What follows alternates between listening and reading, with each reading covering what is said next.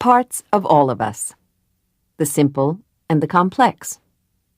The four imaginary characters depicted in this story, the mice, Sniff and Scurry, and the little people, Hem and Haw, are intended to represent the simple and the complex parts of ourselves, regardless of our age, gender, race, or nationality. Sometimes we may act like Sniff, who sniffs out change early, or Scurry, who scurries into action, or Hem, who denies and resists change as he fears it will lead to something worse, or Haw, who learns to adapt in time when he sees changing leads to something better. Whatever parts of us we choose to use, we all share something in common, a need to find our way in the maze and succeed in changing times.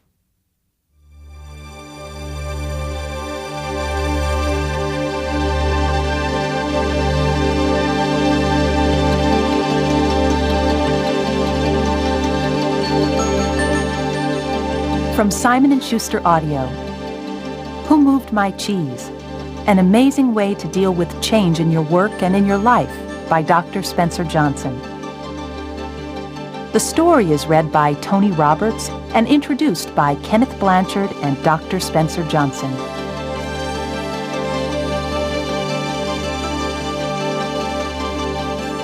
This is Spencer Johnson. And Ken Blanchard. Thanks to technology, we are talking with you from two different parts of the world. We're certainly living in changing times, aren't we, Ken? Yeah, I think it's 6 hours later where I am, Spence. But we're together in spirit. For sure. Well, I remember many years ago when I first started telling this story, I was telling it to myself because I certainly needed to change the way that I was looking at change. It worked for me. And then, Ken, I think you were one of the very first people that I told the story to after I told it to myself. And you know me, Spencer, you tell me something, I start telling the world, and people were just chasing me when I would tell this story and say, where can I get it? Can I listen to it? Can I read it?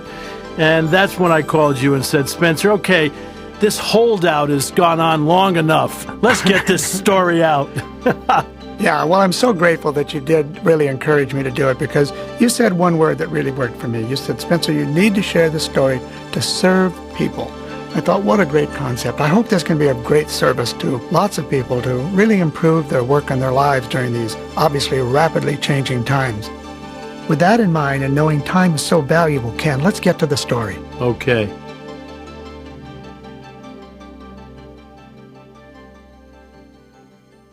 I am thrilled to be telling you the story behind the story of Who Moved My Cheese, because it means the audio program is complete and is available for all of us to listen to, enjoy, and share with others.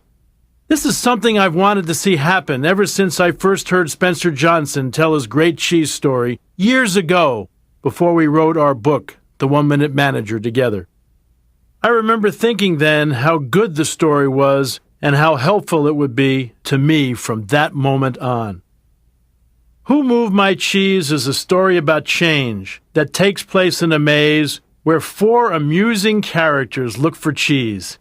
Cheese being a metaphor for what we want to have in life, whether it is a job, a relationship, money, a big house, freedom, health, recognition, spiritual peace, or even activity like jogging or golf. Each of us has our own idea of what cheese is, and we pursue it because we believe it makes us happy. If we get it, we often become attached to it. And if we lose it or it's taken away, it can be traumatic. The maze in the story represents where you spend time looking for what you want. It can be the organization you work in, the community you live in, or the relationships you have in your life. I tell the cheese story that you're about to listen to in my talks around the world, and often learn later from people about what a difference it has made to them. Believe it or not, this little story has been credited with saving careers, marriages, and lives. One of the many real-life examples comes from Charlie Jones, a well-respected broadcaster for NBC TV, who revealed that hearing the story of Who Moved My Cheese saved his career. His job as a broadcaster is unique, but the principles he learned can be used by anyone. Here's what happened. Charlie had worked hard and had done a great job of broadcasting track and field events at an earlier Olympic Games. So he was surprised and upset when his boss told him he had been removed from these showcase events for the next Olympics and was assigned to swimming and diving. Not knowing these sports as well, he was frustrated. He felt unappreciated, and he became angry. He said he felt it wasn't fair. His anger began to affect everything he did. Then he heard the story of Who Moved My Cheese. After that, he said he laughed at himself and changed his attitude. He realized his boss had just moved the cheese, so he adapted. He learned the 2 new sports, and in the process found that doing something new made him feel young. It wasn't long before his boss recognized his new attitude and energy, and he soon got better assignments. He went on to enjoy more success than ever and was later inducted into the Pro Football's Hall of Fame Broadcasters Alley. That's just one of the many real-life stories I've heard about the impact this story has had on people, from their work life to their love life. I'm such a strong believer in the power of Who Moved My Cheese that I gave a copy of an early pre-publication edition to everyone, more than 200 people working in our company. Why? Because like every company that wants not only to survive in the future, but stay competitive, the Ken Blanchard companies are constantly changing. They keep moving our cheese. While in the past we may have wanted loyal employees, today we need flexible people who are not possessive about the way things are done around here. And yet, as you know, living in constant whitewater, with changes occurring all the time at work or in life, can be stressful, unless people have a way of looking at change that helps them understand it. Enter the cheese story. When I told people about the story and then gave them a copy, you could almost feel the release of negative energy beginning to occur.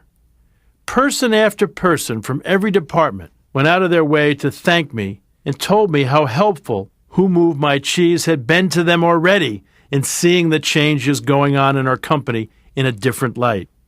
Believe me, this brief parable takes only a little time to listen to, but its impact can be profound. As you listen, you will hear 3 sections in this program. In the first, a gathering, former classmates talk at a class reunion about trying to deal with the changes happening in their lives. The second section is the story of Who Moved My Cheese, the core of this program. In the third section, a discussion, people discuss what the story meant to them and how they are going to use it in their work and in their lives. Some listeners to this program prefer to stop at the end of the story without listening further and interpret its meaning for themselves. Others enjoy listening to the discussion that follows because it stimulated their thinking about how they might apply what they've learned to their own situation. In any case, I hope each time you listen to Who Moved My Cheese, you will find something new and useful in it, as I do, and that it will help you deal with change and bring you success, whatever you decide success is for you. I hope you enjoy what you discover, and I wish you well. Remember, move with the cheese.